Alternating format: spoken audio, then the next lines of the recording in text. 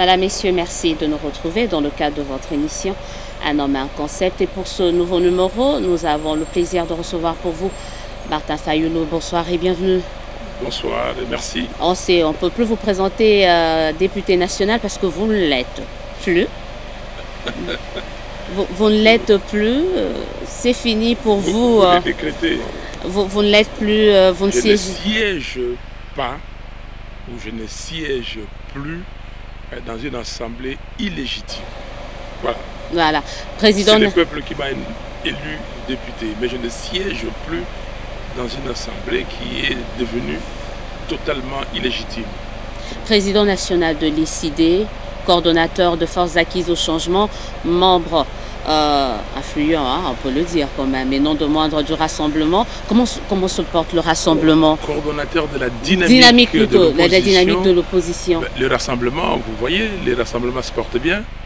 Donc nous sommes là et nous disons qu'il faut à tout prix dans ces pays avoir l'alternance démocratique. Vous avez réussi à taire vos divergences parce qu'à un moment mais lesquelles divergences? On parlait la création d'une autre plateforme, surtout par ceux au sein du rassemblement. Oui, au regard des enjeux électoraux qui se profilent à l'horizon. Le rassemblement n'est pas une plateforme électorale.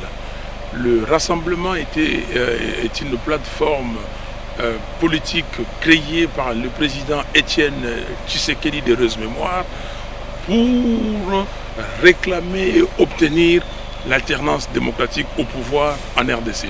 C'est ça les rassemblements. Alors maintenant, s'il y a des gens qui veulent créer des plateformes électorales, libre à eux. Nous avons au sein du rassemblement des structures qui sont des structures électorales.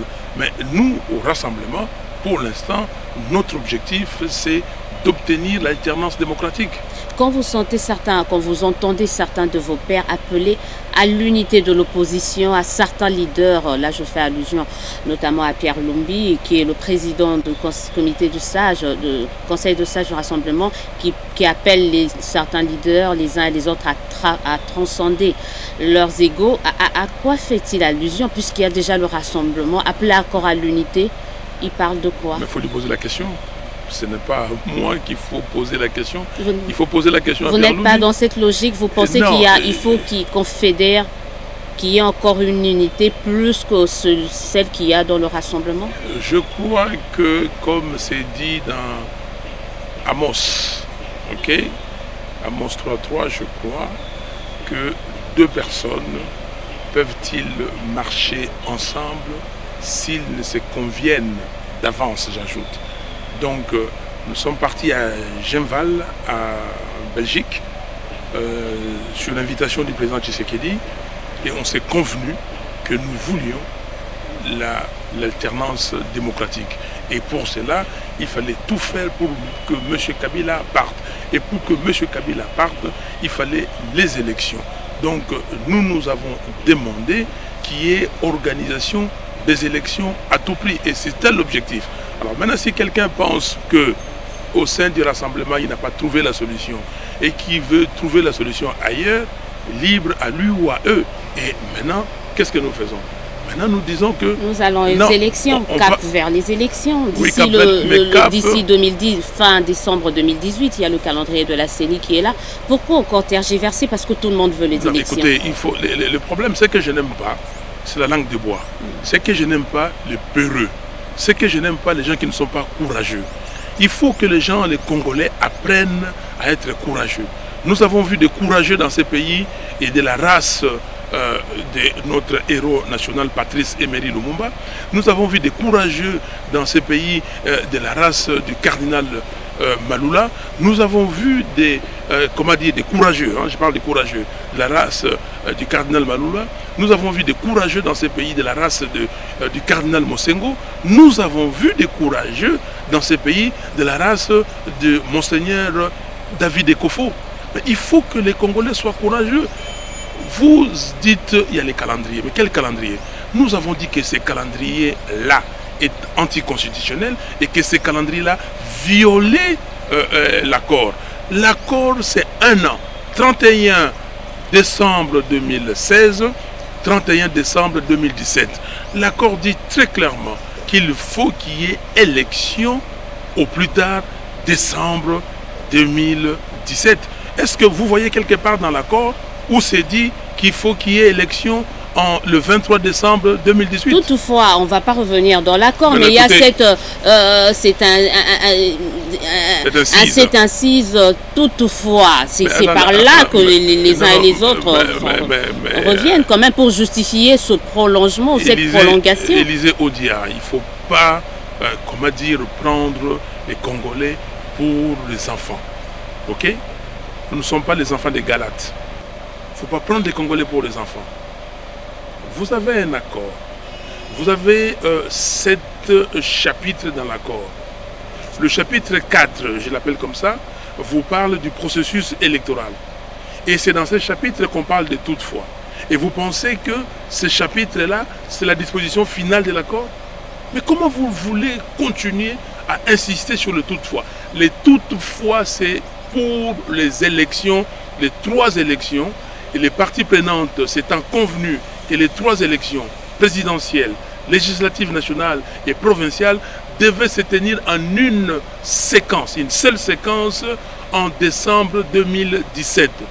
Toutefois, les 3 institutions, c'est-à-dire le CNSA, la CENI et le gouvernement, devaient s'organiser et décider unanimement du parachèvement des dites élections, de ces 3 élections, comment les parachever au cas où on faisait 2 et on laissait 1. On faisait 1, on laissait 2. C'est ça le toutefois. Mais alors que les gens commencent à nous rabâcher que le toutefois voulait dire la prorogation de l'accord. Non, ne soyons pas des enfants. Nous sommes des gens, des Congolaises et des Congolais, et nous avons le sens du jugement. Nous savons lire des textes, nous connaissons la sémantique, nous mais chacun a son interprétation, et c'est ça le problème dans le chef de la classe politique. Chacun interprète de sa façon, à sa manière. Mais non, mais s'il vous plaît, j'insiste, le toutefois n'a rien à voir avec la prorogation des élections. Sinon, ça n'allait pas être à ce niveau-là. Et je vous le répète d'une façon didactique, quand on signe un contrat, il y a des dispositions transitoires, il y a des dispositions finales.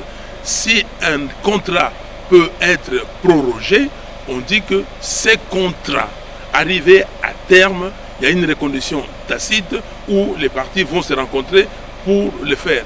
Mais là n'est pas dit. L'accord dans sa lettre est caduque. L'accord dans sa lettre a expiré le 31 décembre 2017.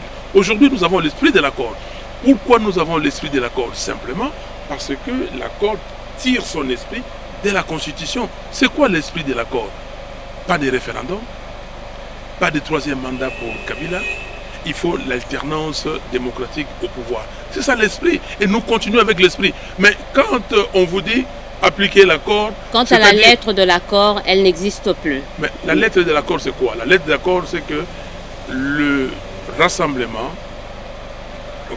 désigne le Premier ministre. C'est le rassemblement. La lettre de l'accord, c'est que le CNSA est dirigé par le président du Conseil des sages du rassemblement. Alors donc, vous voulez maintenant dire que nous allons exiger que nous prenions la primature, que nous prenions, comment dire, le CNSA. Et vous allez faire ça jusqu'à quand? Et pourquoi faire? Nous disons très simplement, et je dis à vos téléspectateurs, aux Congolaises, aux Congolais, pour nous, il faut une transition sans Kabila, parce que avec M. Kabila ayant ses acolytes comme Nanga, Basengezi à la CENI, avec eux, on ne peut pas avoir des élections crédibles. Et c'est ça que j'ai dit à l'université catholique, et nous donnons maintenant les déroulés. Comment on va parler de ça. On va parler de cette transition. Comment nous pensons organiser cette transition sans Kabila? Et pourquoi? D'abord, j'insiste sur ça. On va reparler de cette transition sans Kabila, mais revenons quand même sur cet accord, parce que c'est maintenant le soubassement même de cette communauté internationale qui appelle de ce vœu la tenue des élections conformément au calendrier tel que publié par la CENI. On a vu l'Union européenne, on a vu les États-Unis. Maintenant, on vient d'entendre également l'Union africaine dire qu'il faut qu'il y ait des élections conformément à cet accord, sur base des élections au 23 décembre. Les gens ne doivent pas être amnésiques. Il faut qu'il y ait élection conformément à l'accord. Conformément à l'accord, les élections devaient se tenir en décembre 2017. On parle de quel accord? Alors, il faut qu'il y ait élection, oui. Nous devons avoir des élections, mais quelles élections? Et avec quel cadre légal? Aujourd'hui, il n'y a pas de cadre légal au Congo. Aujourd'hui, M. Kabila, s'il veut se maintenir là-bas, c'est par un putsch. C'est qu'il a fait un putsch. Si nous acceptons le putsch, je ne sais pas qui accepte le putsch. Dites-moi, le Parlement de la République est Parlement sur quelle base? Kabila, si vous dites qu'il est là, sur quelle base? Parce que l'accord, sa lettre a expiré le 31 décembre. Le calendrier, nous l'avons dit, nous avons au niveau du rassemblement fait un communiqué, fait une déclaration disant que le calendrier de M. Nanga était un non-événement et que ce calendrier violait l'accord et la Constitution simplement parce que l'accord lui a demandé de fixer les élections en décembre 2017. Alors on parle de quoi? Parce que du moment où c'est l'organe technique qui nous prévoit, qui organise les élections, du moment où c'est la CENI qui nous demande d'aller aux élections le 23 décembre, c'est dans quelques mois, pourquoi ne pas y aller? Si la CENI vous demande aujourd'hui d'aller aux élections en 2023, parce que du moment où la CENI demande vous y allez, si la CENI vous demande d'aller aux élections avec la machine à voter, si la CENI vous demande d'aller aux élections avec les fichiers électoraux truqués, où au Sankourou, il y a 42 millions d'électeurs sur 2 200 000 personnes qui y vivent, si la CENI vous demande d'aller aux élections avec une caution de 1 000 $ par candidat, écoutez, madame, est-ce que nous sommes sérieux? Est-ce que nous sommes des gens qui avions encore notre sens de jugement? Est-ce que nous continuons à être des enfants? Parce que si on est enfant, pas en âge, comment dire, de la raison, c'est-à-dire moins de 7 ans, et ces enfants à qui on peut faire tout ce qu'on veut, à qui on peut dire, et si on donne des bonbons, on suce les bonbons, on dit Amen. Est-ce que nous sommes ces enfants? Non, nous sommes des fils et des filles de ce pays, des gens qui ont suffisamment d'expérience, des gens qui ont suffisamment vécu des faits, des événements, des gens qui ont vécu les élections de 2006. Ils ont vu la tricherie de l'époque. Les gens qui ont vécu les élections de 2011, ils ont vu la tricherie. Des gens qui... Nous avons marché, nous, ici, jeudi serveur, jeudi saint. Vous oubliez ça pour réclamer l'audit du fichier électoral. Et aujourd'hui, j'apprends que l'équipement qui doit procéder au dédoublonnage du fichier pour savoir si il y a des doublons. Oui, les dédoublons. S'il y a des doublons, pardon, cet équipement, on est dans le processus de l'acquisition de cet équipement. On va acquérir cet équipement quand? Ça c'est un. De deux, on va faire l'audit de ces fichiers quand? Un fichier qui contient plus de 45 millions d'électeurs. L'audit du fichier électoral du Sénégal s'est fait en plus de 3 mois. Plus de 3 mois avec moins de 6 millions d'électeurs. Alors nous, avec 45 millions d'électeurs, vous allez faire cet audit quand? Donc nous allons aux élections avec Nanga à la tête, avec la loi électorale de Kabila, avec la machine, les Congolais sont très forts, qu'ils appellent la machine à voler des Nanga. Nous allons avec la caution des Nanga, nous allons avec cette tricherie. Et vous dites que vous allez aux élections. Bref, on fait un tabula rasa de ce qui a déjà été fait. Mais bref, il faut un gouvernement sérieux de transition qui va regarder ce qui a été fait. Il faut Parlons-en maintenant. Ce gouvernement de transition qui, selon vous, doit être fait sans Kabila. Il nous reste, en tout cas si on compare le mois qui nous reste au regard du calendrier tel que publié par la CENI, c'est quelques mois. Et d'après vous, ce gouvernement-là doit prendre combien de temps? Au regard vous de tout, insistez beaucoup sur les calendriers. Nous disons que... du moment où ça nous propose des élections cette année... Hein, mais non, mais cette année... votre gouvernement va nous proposer des élections en combien de temps? En quelle année? Cette même CENI vous a proposé les calendriers l'année dernière. Allons-y. Votre gouvernement? Non, allons-y. Soyons sérieux et revenons sur terre. Vous avez vu la situation qui se passe ici, dans ces pays, dans d'autres pays? Vous l'avez vu quelque part? Que dit la Constitution? La Constitution dit que, dans son article 70, que le président de la République est élu au suffrage universel direct pour un mandat de 5 ans. De combien? De 5 ans, renouvelable une seule fois. Cela veut dire quoi? En termes clairs, que tous les 5 ans, il y a une élection présidentielle au Congo. C'est la Constitution. La CENI, lisez la Constitution, article 211, lisez la Constitution. Quelle est la mission de la CENI? Quel est le rôle de la CENI? Lisez la loi organique portant organisation et fonctionnement de la CENI pour savoir quelles sont les attributions de la CENI. N'est-ce pas la CENI a pour mission d'abord de respecter la Constitution et de nous amener aux élections conformément à cette Constitution, conformément à la périodicité évoquée, indiquée, exigée par la Constitution. Alors, maintenant, on veut nous poser des questions pour nous demander quand est-ce qu'il y aura les élections. Mais quand est-ce que nous devons avoir l'élection? On devait avoir les élections en 2016. On l'a pas eu. Non. Si on ne l'a pas eu, on ne va pas dire comme ça, péremptoire, on ne l'a pas eu. C'est pour cela l'SID, le parti que je dirige, a organisé son congrès ordinaire. Parce que les élections, c'est quoi? La préparation de l'élection, comment ça se fait? Dès que vous terminez une élection, un parti sérieux, un gouvernement sérieux se met à préparer les élections suivantes. C'est pour cela, dès 2012, l'SID s'est mis en marche pour commencer à préparer les prochaines élections. Et le point culminant, c'était décembre 2015. Du 3 au 5 décembre, nous avons organisé notre congrès ordinaire pour nous préparer. Et lors de ces congrès, nous avons pris des résolutions, entre autres. Nous avons dit, nous avons suggéré et nous disions que l'SID plaidait pour une candidature commune de l'opposition. Deuxièmement, l'SID m'a désigné comme candidat pour participer à la sélection de ces candidats communs de l'opposition, donc candidat président de la République. Nous nous préparons. Mais aujourd'hui, 2016 est arrivé sans élection. On a dit, ok, ce n'est pas un problème. On se met dans le dialogue. Dialogue 2017, on n'a pas. Alors nous disons simplement, nous devons être des gens qui sanctionnent. On ne peut pas être un pays sans sanction.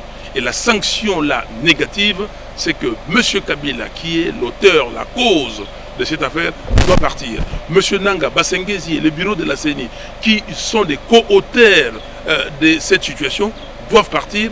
Et nous installons un gouvernement responsable. Sur quelle base? Parce qu'on est dans le texte, expliquez-nous. Sur base des 2 articles de la Constitution.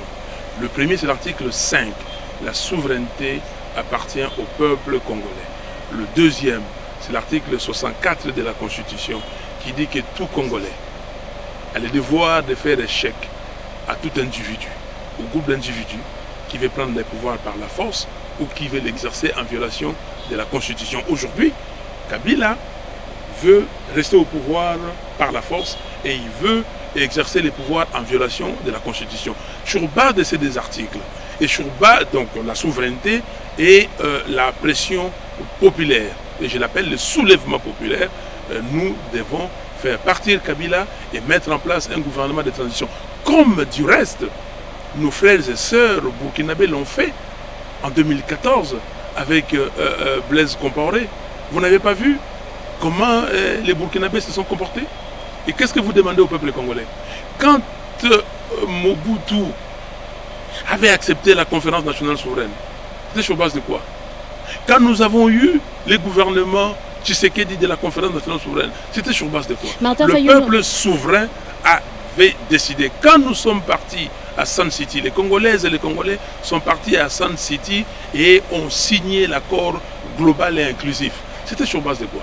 Martin Fayulu, vous ne pensez pas être le seul à vraiment militer pour une transition sans Kabila quand on sait que la communauté internationale ne veut même pas entendre parler de ça et une bonne frange quand même des plateformes issues du rassemblement ne sont pas partisans quand même de cette hypothèse-là? Vous vous retrouvez un peu seul dans cette logique? Vous êtes sûr que je suis le seul? Est-ce que je allais au rassemblement? poser la question au rassemblement, chaque plateforme, ça c'est de 1. 2, poser la question au mouvement citoyen. Quel est ce mouvement citoyen?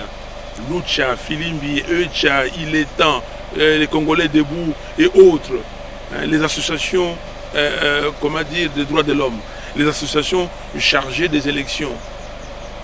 Quelle est cette organisation aujourd'hui au Congo et qui ne soutient pas la transition sans Kabila? Et quel est cet homme épris de paix et de justice qui ne pense pas que Kabila doit partir? Quand le cardinal Mosengo... Après les élections, c'est mieux ainsi, ça permet, il peut partir, mais après les élections, il l'a dit lors de sa conférence de presse qu'il y aura passation civilisée de pouvoir, mais à l'issue des élections. Et il vous a dit lors de sa conférence de presse qu'il faut faire le choix entre élection et développement. Vous l'avez suivi? Qu'est-ce que ça veut dire? Vous lui avez posé la question pour qu'il développe davantage? Qu'est-ce que vous avez compris? Il a dit que il n'a pas pu changer les Congolais. Il a dit beaucoup de choses, mais vous ne regardez pas, parce que vous analysez le point de presse de M. Kabila et vous comprenez que M. Kabila ne veut pas partir. Et vous analysez ce que ces gens à lui disent. Okay? Et vous comprenez qu'il ne veut pas partir, mais tout ça c'est la diversion, la digression et la distraction. Vous avez les communicateurs, comme on les appelle, de M. Kabila. Ces jeunes gens qui passent dans toutes les chaînes de télévision, surtout la chaîne nationale. Nous n'avons pas droit. On nous balance que Fayoulou a dit ceci, mais on ne lui donne pas le droit d'aller, comment dire, contredire, parce que ce n'est pas la vérité. Tous ces gens-là, qu'est-ce qu'ils font? C'est ce qu'on appelle en anglais les lip service. Okay? C'est des bouts de lèvres. On vous dit que non, nous voulons des élections. Et de l'autre côté, on vous dit que non, il faut des élections au second degré, parce que les élections coûtent cher. Et leur champion dit que non, moi, je préfère le développement et non la démocratie. Mais dites-moi, les élections, pour avoir le développement, qu'est-ce qu'il faut? Ne faudrait-il pas des dirigeants responsables et capables, choisis par la population? Martin Fayoulou, vous risquez d'être pris de court si on organise les élections en 2013 et en 2018 ici. Mais vous pouvez avoir raison. Mais nous ne sommes pas des enfants. Parce que vous donnez l'impression de ne pas vraiment vous préparer à cette éventualité. C'est ça que vous croyez? Vous connaissez les idées, Élisée Odia? Il y a combien de provinces au Congo? 26. Je réponds à votre place. Parce que c'est moi qui pose les questions, évidemment. C'est pour ça que j'ai dit je réponds. Les idées est installées dans combien de provinces? 23.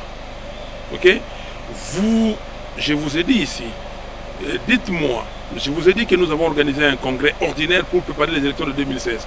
Dites-moi combien de partis au Congo ont préparé ou ont organisé des congrès pour ces élections.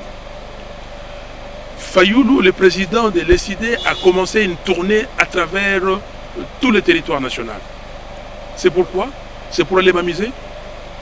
Nous étions au Nord Kivu, vous le savez, parce que vous avez couvert. Nous avons été au Kasaï central, vous le savez. Nous avons été dans le Kwilu, vous le savez. Nous avons été dans le Congo central, on nous a empêchés.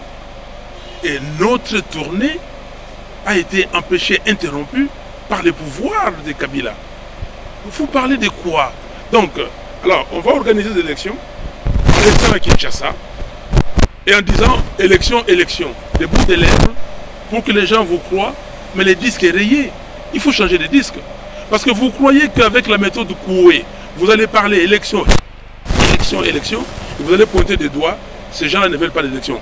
Fayoulou, les idées, la dynamique de l'opposition veulent des élections. Mais quelles élections? Élections transparentes pour qu'elles soient crédibles et que chacun accepte les résultats de ces élections. Nous préparons les élections et nous avons ici, à Kinshasa, là, aujourd'hui où on parle, j'ai décidé à son représentant au Nord Kivu qui est ici. À Kinshasa, au moment où nous parlons, nous avons des représentants des territoires du Congo central qui sont à Kinshasa, okay, pour discuter. L'idée est sur le terrain partout. Je peux vous donner mon calendrier, mon agenda de la semaine passée. Donc, bref, vous êtes prêts, non seulement préparés, mais prêts pour les élections. Pas les élections organisées par M. Nanga et M. Kabila. Pas ces élections-là. Parce que ces élections-là... Vous n'avez pas peur qu'avec cette attitude, que vous puissiez encore repousser les échéances pour que cette alternance soit effective ici? Dites-moi. Il nous reste plus que 10 mois. Dites-moi, Élisée Odia, vous avez couvert les cultes, les marches du 31 décembre 2017, les cultes, les marches de 21 janvier 2018. Quand vous avez tendu les micros aux hommes et aux femmes qui étaient là, qu'est-ce qu'ils réclamaient? N'est-ce pas le départ de Kabila? Est-ce qu'ils vous disaient que nous voulons que M. Kabila organise des élections? Le départ de Kabila garantit-il la tenue des élections cette année? Bien sûr. Le départ de Kabila garantit la tenue des élections parce que nous allons donner des missions claires aux gens qui vont venir animer cette transition. Leur mission première, c'est d'organiser des élections crédibles et transparentes. Leur mission, c'est de décrisper la situation. Parce que quand ces hommes et femmes vont venir, nous pourrons avoir nos frères et sœurs, notamment Franck Diongo, Eugène Diomindongala, et comment il s'appelle, Jean-Claude Mouyambo, et Eric Kunda et les autres, sortir des prisons. Ils seront libres avec nous. Deuxièmement, nos frères et sœurs qui sont en exil, qui ne peuvent pas revenir ici. Vous avez Moïse Katumbi, vous avez Floribert Anzoulouni, vous avez les autres qui peuvent revenir ici calmement et être au Congo. Troisièmement, nous qui sommes au Congo, qui ne pouvons pas aller circuler librement à travers tout le territoire national.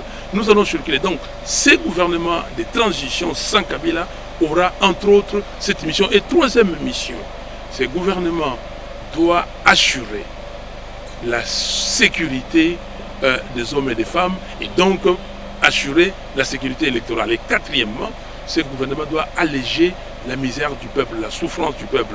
Le peuple est paupérisé. Donc on ne peut pas... Tout ça là en l'espace de quelques mois.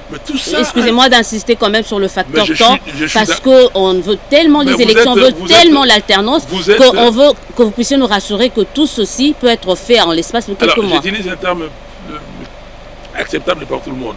Je vous dis que vous êtes terrible. Simplement, tout ça en l'espace de quelques temps. Nous avons quelques mois, hein? De quelques mois. Nous avons fait les élections, les dernières élections en 2011. C'est ça? Et nous sommes quand aujourd'hui? Nous sommes en 2018. Combien d'années se sont écoulées? Et toutes ces années-là, vous ne dites rien. Nous voulons des élections. J'insiste, personne ne peut me faire peur. Je ne suis pas de ceux-là. Je vous ai parlé des courageux de ces pays. Les Congolais doivent être, je le répète, de la race des Lumumba, des Malula, des Mosengo, des Ekofo. Ok? Des courageux. Des gens, et vous connaissez ces termes-là, écofoliser. Il faut écofoliser tout le monde. Dire aux gens en face. Du reste, je leur dis en face.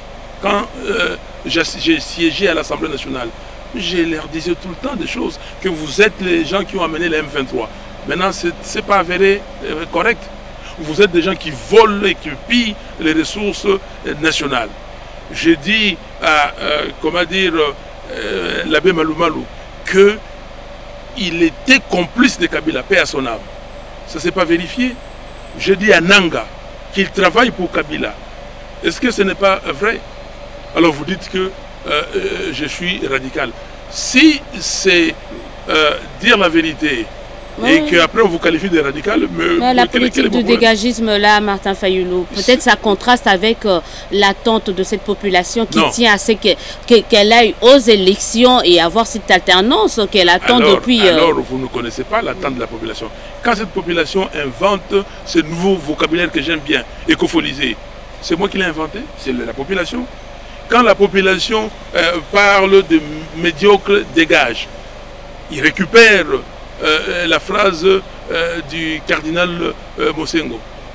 Ce n'est pas la population. Quand la population dit Kabila doit partir à tout prix. Mais vous parlez de quelle population? Est-ce que nous avons deux populations ici que certains écoutent et d'autres n'écoutent pas? La population, et j'ai dit même à la communauté internationale, et il faut dire des choses claires. Et je l'ai dit, à cette communauté internationale. Et la communauté internationale doit suivre ce que le peuple congolais veut. Parce que le destin du Congo, c'est entre les mains des Congolais. Et s'il y a des gens qui veulent des solutions, des facilités, c'est leur problème. S'ils pensent que le combat est âpre et dur, et qu'ils ne peuvent pas, mais qu'ils s'abstiennent, ils ont voulu une solution de facilité en Libye. Ok? Et où en sommes-nous aujourd'hui dans ces pays? Parce que des solutions de facilité. Ils ont voulu des solutions de facilité avec Kabila. Oh non, on le laisse avec les concertations populaires. Qu'est-ce qu'il en a fait des concertations populaires? Et ceux qui sont partis avec lui, ils en ont eu pour les comptes. Ils ont voulu des solutions de facilité avec M. Kabila, avec le dialogue de la cité de l'OUA. Ils en ont vu. Nous avons voulu une solution durable avec la CENCO, le dialogue de la CENCO. Nous avons eu l'accord. Où en sommes-nous? Donc, vous voulez continuer de croire que M. Kabila est honnête, que M. Kabila est sincère, que M. Kabila va vous laisser. M. Kabila, je vais vous dire quel est son programme. Son programme, c'est de déstabiliser le Congo. Et pour déstabiliser le Congo, il faut le rendre faible, et même très faible. Comme ça, chacun viendra dépecer et prendre le morceau qu'il voudra. Aujourd'hui, c'est le cas. Quand vous regardez les 17 ans, 20 ans du AFDEL, mais les 20 ans du AFDEL ont contribué à fragiliser le Congo, à rendre le Congo une proie facile. Aujourd'hui, vous entendez M. Kagame dire que lui, il veut faire ça, il veut faire ça. Mais il veut faire ça avec l'argent de qui? Il veut faire ça comment? Il veut faire ça avec un Congo faible? Non. Nous ne voulons pas des faibles. Nous voulons des gens capables, des gens qui aiment leur pays, qui ont l'amour de leur pays et qui aiment leurs concitoyens. Les gens qui peuvent donner leur vie pour le pays. La dame, la demoiselle aspirante, comment dire, qui est morte à l'église Saint-François. Elle est morte pourquoi? La personne qui est morte à l'église à Lemba, elle est morte pourquoi? Tous ceux qui sont morts, là, maintenant, le 31 décembre de l'année dernière et le 21 janvier de cette année, et ceux qui sont morts dans la semaine du 19 au 25 janvier 2015, ils sont morts pourquoi? Ceux qui sont morts, il y a un qui est tombé devant moi, parce qu'on nous a tirés tous ensemble, le 19 septembre 2016. Ils sont morts pourquoi? Ils sont morts pour que les autres qui sont restés soient laxistes et qu'ils acceptent tout ce qu'on va leur dire, même leur faire avaler du Congo Bololo. C'est ça? Non. Moi, je crois que les Congolais sont des gens courageux, on le voit. Et les gens pensaient que non, les gens ne parlaient pas. Les gens ne parlaient pas simplement parce qu'ils voulaient laisser faire et voir jusqu'où. Et comme il y avait un accord... Et surtout qu'il y a ce nouveau souffle, parce que il faut qu'on se le dise, pour également utiliser ce terme terre à terre, que ben, voilà, l'opposition n'avait plus le vent en poupe et que grâce au CLC maintenant, vous pouvez encore parler parce que vous n'arriviez pas à mobiliser. Vous pouviez encore citer les morts, mais parce que, bon, même si c'est quand même des décomptes assez macabres, mais il faut dire que l'essoufflement et la disparition de Tshisekedi avaient fragilisé quand même cette opposition qui avait du mal. Quand même. Non. Ça, la disparition du président Tshisekedi a effectivement fragilisé le rassemblement. Nous sommes d'accord, mais ne parlons pas d'essoufflement. Je ne veux pas commencer à polémiquer sur... S'il vous plaît. On ne polémique pas, on essaye d'analyser. Laissez-moi m'adresser à vos téléspectateurs, aux Congolaises et aux Congolais. Dites à M. Kabila de garder ses armes et de demander à ses policiers militaires d'assurer la sécurité, d'encadrer nos marches. Et vous allez voir. Mais vous avez vu ce qui s'est passé au Kenya. C'est un monsieur qui est parti prêter serment. On a laissé faire. Pourquoi?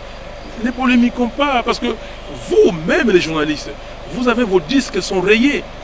L'opposition est essoufflée. Le vôtre aussi, il est tellement rayé que vous n'arriviez pas à mobiliser. Hein, parce qu'on le voit avec le CLC, avec ou sans armes, ils marchent, ils sortent. Ce n'était plus le cas avec vous. Donc, vous avez aussi vos disques ne sont pas si frais que ça. Le CLC mobilise avec quel membre des partis politiques? Les CLC, c'est les cadres. En tout cas, si on considère le CLC, ce sont des chrétiens, ce ne sont pas des partis politiques. À moins que vous puissiez faire de la récupération, mais on sait que ce sont des chrétiens. S'il vous plaît, j'en suis chrétien. J'ai été à la marche du 16 février 92. J'ai été parmi les gens qui étaient là autour. Ne vous en faites pas. Vous avez vu ce qui se passe. Mais le peuple, aujourd'hui, personne ne voudra mourir, personne ne peut se livrer à l'Holocauste comme ça. C'est comme ça que vous voyez, quand nous disons marche, rassemblement au niveau de l'échangeur de l'UMT. Et que c'est tout fait dans l'œuf. Bon. Mais non, mais quand vous appelez... Mais quand c'est le CLC, on voit que non, mais ce sont des gens... Peut-être que parce que cette population n'a plus confiance justement à cette classe politique, opposition et majorité. Okay, hein.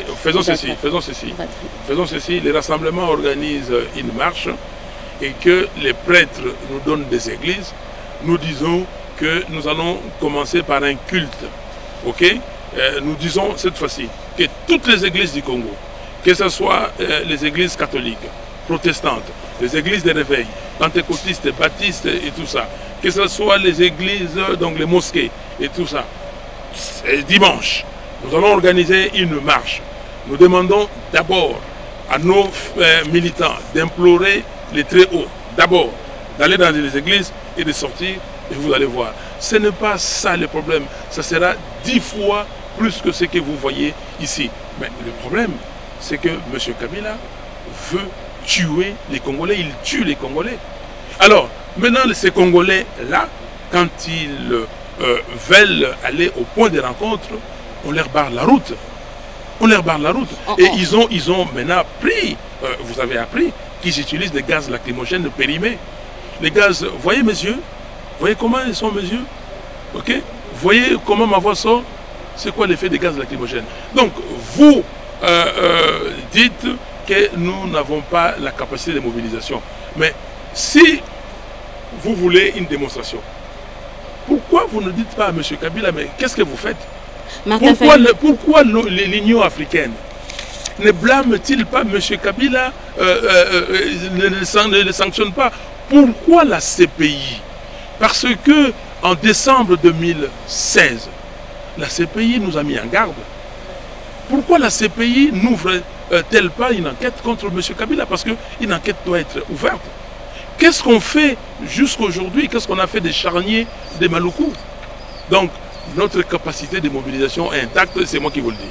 On va très bientôt terminer avec cette émission en parlant très rapidement quand même de la disparition. Il y a une année d'Étienne Tshisekedi, apparemment, ça ne fait vraiment pas partie de vos priorités, le rapatriement de la dépouille. Je sais que c'est une affaire entre la famille, le parti, mais c'était quand même le président du Conseil de sages, de rassemblement. Une année après, ça ne fait vraiment pas partie de vos revendications. Élisée Odia, je crois qu'il y a une façon de poser des questions et il y a aussi une façon de poser des questions de provocation. On ne peut pas provoquer des gens avec la mémoire d'un homme comme Étienne Tshisekedi. On ne peut pas faire ça.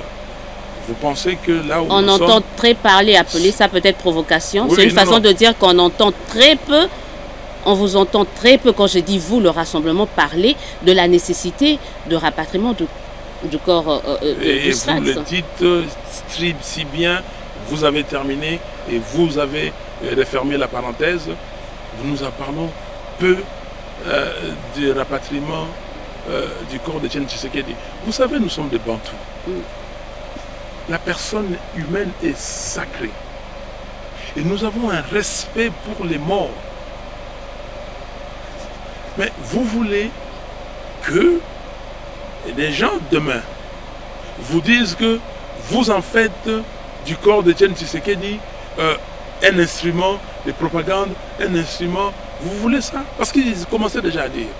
Nous nous sommes convenus et la famille nous a demandé, s'il vous plaît, nous avons beaucoup de peine. Nous avons beaucoup de peine pour déjà au niveau de la famille.